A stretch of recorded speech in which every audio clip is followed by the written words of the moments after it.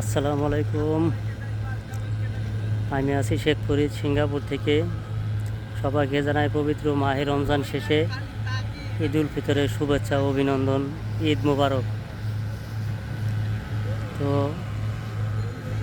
আসলে আমি অনেক স্ট্যাটাস দিয়েছি যেগুলো আসলে অনেক দুঃখে কষ্টে করে, যেটা মানে মানুষ এমন প্রতারণা করতে পারে এটা আমি আগে কখনো বিশ্বাস করি নাই। শুধু শুনছি, নিজের চোখে দেখি নাই, তাই এবার শুধু দেখলাম। সেই দেখার কারণেই স্ট্যাটাসগুলো দিলাম। তো ওর বাড়ি হলো আমাদের এলাকায়, কাছাকাছি বাড়ি। মোটামুটি ধরেন 30 বছর 35 বছর ধরে একসাথেই চলাফেরা করছি। ছোটোবেলাতে একসাথে বড় হয়েছি, কিন্তু এমন বেমানি করবি এটা আগে জানতাম না। তো মানুষ আসলে ক্ষমতার জন্য কী না করে এটা সবাই জানেন। আর বিশেষ করে সিঙ্গাপুরটা হলো বিভিন্ন অন্য অন্য দেশের থেকে সম্পূর্ণ আলাদা। কারণ এই দেশে যে যত আইসক্রিম করতে পারবে সে তত ভালো।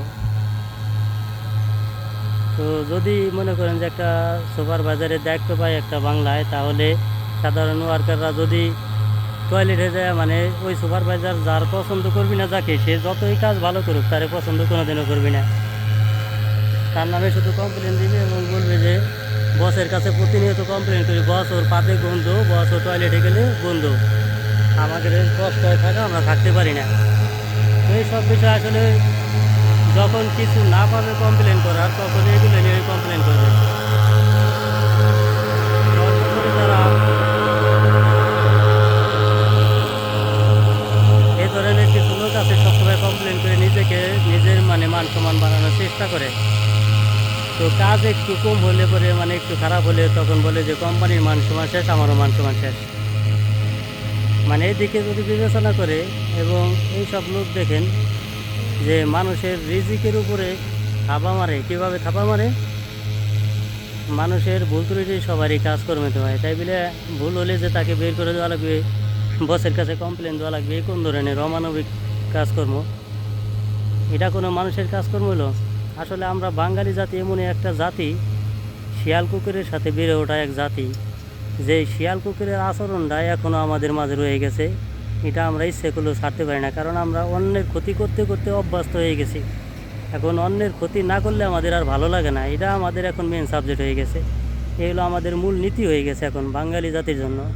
আর বিশেষ করে বিদেশে প্রবাসে যারা থাকে, তারা মানে যে বাংলায় একটু দায়িত্ব পায়, ও তো মনে করেন আসমান দিয়েছিল, ও মাটিতে পাও ফেলাবার চায় না, এমন জমিদারি ভাব দেখায়। মনে হয় তার বাপ দাদার গেলের কত বড় জমিদারি ছিল, সে এত বড় জমিদারি। সম্মান, সেই সম্মান রক্ষার জন্য, সম্মান বাড়ানোর জন্য মানুষের নামে কমপ্লেন করে। কিন্তু এই সব লোক দেখবেন যে সিঙ্গাপুরের গার্লফ্রেন্ড নিয়ে, এই যে সিঙ্গাপুরে ঘুরে বছরকে বছর এটার পর এটা ধরতেছে, এটার পর এটা ধরতেছে। আসলে এই দেশের কালচার তো আমাদের দেশের থেকে সম্পূর্ণ আলাদা। এই দেশে মূলত যেসব মেয়েরা আছে, ফিলিপিন বলেন, ইন্দোনেশিয়া বলেন, এরা সবসময় হাফ প্যান্ট পরে থাকে এবং গেঞ্জি গায়ে দিয়ে থাকে। এটা আসলে দেখতেই খারাপ দেখা যায়। হাফ প্যান্ট গেঞ্জি ব্যবহার করে তো এরা সবসময়। কালচার, এটা হলো এই দেশের কালচার, এটা কিছু করার নাই।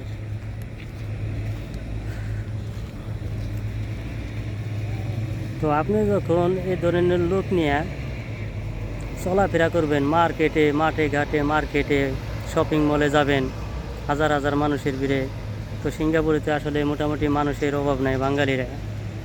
হ্যাঁ, তো আপনি যখন এই সব মানুষ নিয়ে, এই সব মহিলা নিয়ে ঘুরবে যাবেন, পার্কে যাবেন, শপিং মলে যাবেন, এই মার্কেটে সেই মার্কেটে, এমআরটিতে, ট্রেনে, বাসে, তখন আপনার মান সম্মান মনে হয় বহুত গুণে বেড়ে যায়।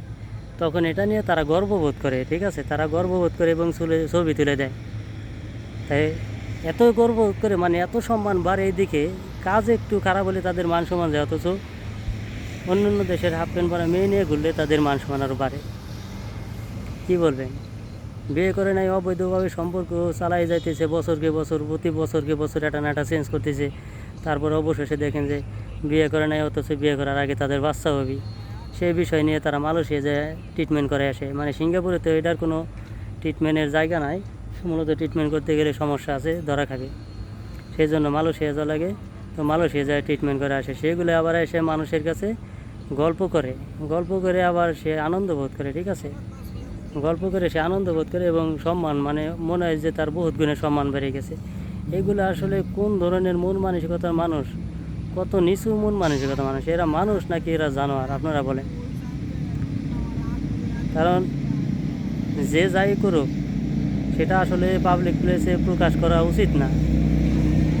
পাবলিক প্লেসে প্রকাশ করে যখন মান সম্মান বাড়াবার যায় তাহলে এরা কি মান সম্মান বাড়ায় না কমায়? তো আমাদের বাংলাদেশে দেখেন, আমাদের বাংলাদেশে মেয়েদের চলাফেরা অন্য পদের, তারপরেও তারা সবসময় যেটুকু ব্যবহার করে পর্দা ব্যবহার করে। তো এইসব বাংলাদেশে যখন গার্লফ্রেন্ড নিয়ে ঘোরাঘুরি করলে পরে মানুষ গালাগালি করে, হ্যাঁ, তাহলে এ দেশে যেভাবে চলে তাহলে অনেক মানুষ আছে আমাদের বাংলা ভাইরা, অনেক হাফেজ মৌলানা আছে, তারা কিন্তু দেখলে নিজেরাই লজ্জা পায়। আসলে লজ্জা যে ঘুরে তারই লজ্জা যখন না থাকে তাহলে মানুষের লজ্জা পাইয়া লাভ কী বলেন? এত বড় বেহায়া বেলজ্জা আমরা বাঙালি জাতি, ঠিক আছে। তবে এইসব বেশিরভাগ করে যারা নাকি একটু বেতন বেশি পায়, যারা একটু কোম্পানিতে একটু দায়িত্ব থাকে, তারা মানে আকাশ দিয়ে চলে, তখন তারা এই যে অপকর্মগুলো বেশি করে মানে চালাই যায় এবং সাধারণ মানুষের রিজিকের উপরে আঘাত করে, তারপরে রিজিকের উপরে থাবা মেরে তারপরে এরা উপরে ওঠার চেষ্টা করে, বসের কাছে সম্মান পাওয়ার চেষ্টা করে, ঠিক আছে। এই হলো আমাদের বাঙালি জাতির কালচার।